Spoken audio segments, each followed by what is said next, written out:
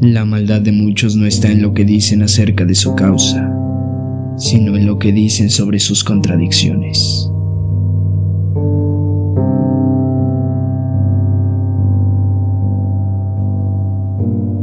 ¿Un asesino nace o se hace?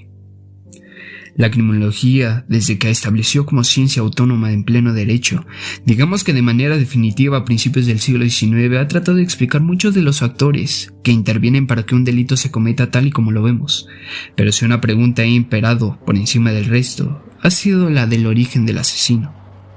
El doctor César Lombroso ha sido llamado el padre de la criminología moderna, que estudiaba a los delincuentes encarcelados en Turín allá por 1870. Y el estudio le hizo pensar que los delincuentes estaban un escalón por debajo de la evolución, una regresión a un tipo de hombre primitivo o infrahumano. Después de años de estudio llegó a la conclusión de que se podía identificar un asesino por la forma de su cara y por la longitud excesiva de sus brazos. Escribió que las orejas de un criminal son a menudo de gran tamaño, y la nariz en los asesinos suele ser aguileña, como el pico de un ave de presa. Desafortunadamente, detectar un asesino potencial no resultó tan simple como esperaba Lombroso, y sus hallazgos científicos fueron descartados.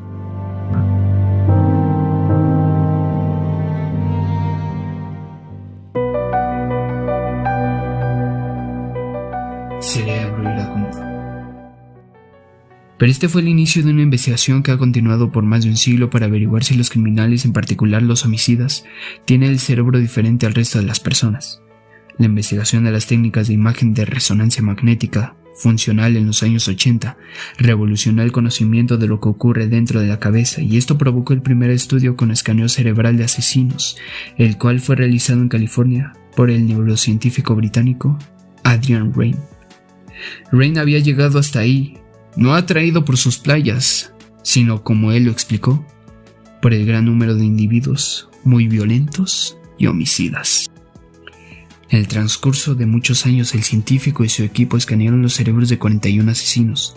Casi todos mostraban cambios similares. Había actividad reducida en el córtex prefrontal, el área del cerebro que controla los impulsos emocionales, y una sobreactividad de la amígdala cerebral, la zona que genera las emociones. Por lo tanto, parece que los asesinos tienen cerebros que los hacen más proclives a la ira y al enfado, y a la vez menos capaces de controlarlo.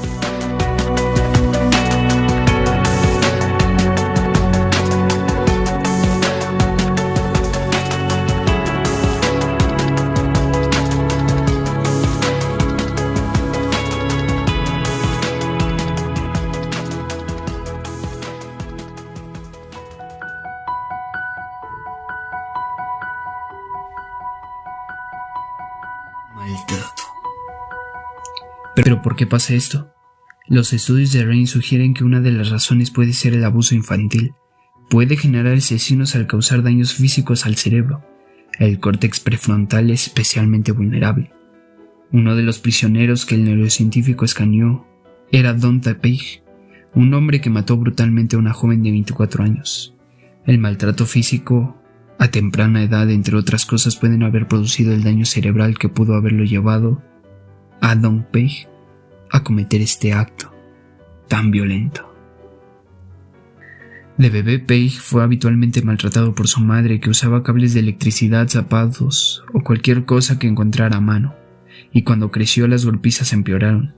Además, no eran golpes de vez en cuando, sino casi diario. El maltrato físico a temprana edad, entre otras cosas, puede haber producido el daño cerebral que puede haberlo llevado a cometer este acto violento. ¿Eso quiere decir que todos los niños que sufren maltrato acaban siendo asesinos, violadores u otro tipo de criminal? No. El propio Raine admitió que no es un factor determinante, que es algo que puede pasar o no. Entonces, ¿hay algún factor más?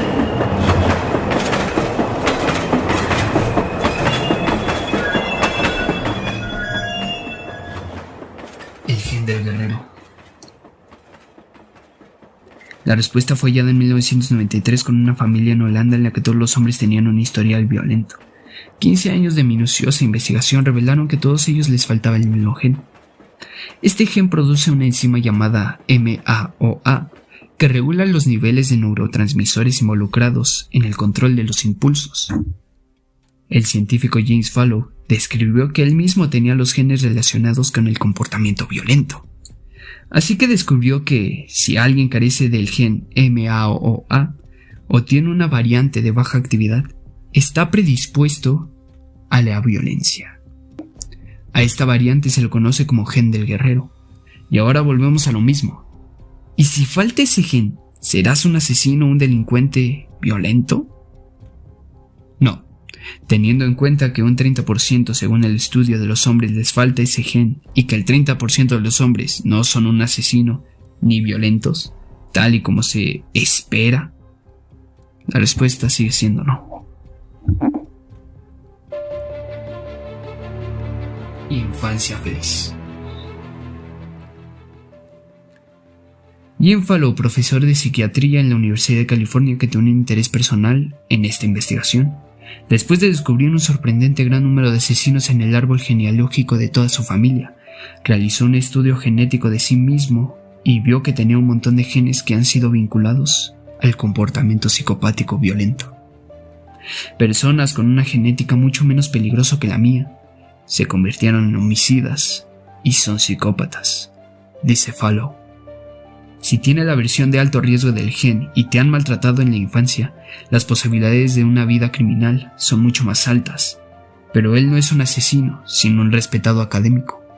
Su explicación es que él estuvo protegido de una herencia potencialmente violenta, pero una infancia feliz. Si tienes el gen de alto riesgo pero no fuiste maltratado, entonces no hay realmente un riesgo. Así que el gen, por sí solo, no afecta dramáticamente el comportamiento, pero en ciertas condiciones de entorno hay una gran diferencia. Y cada uno era normal. Llegué al último estudio y vi un patrón muy obvio, totalmente psicopático. Se parecía a todos los asesinos psicópatas que había visto. Le dije a los técnicos, muy gracioso, metieron uno de esos asesinos psicópatas. Este es el peor que he visto. Debemos notificarlo a la policía porque es alguien peligroso. Cuando saqué la etiqueta del nombre de la tomografía y miré, dije, chicos, esto no puede ser. Mi nombre estaba allí, así que era yo quien tenía el patrón psicopático completo en mis exámenes.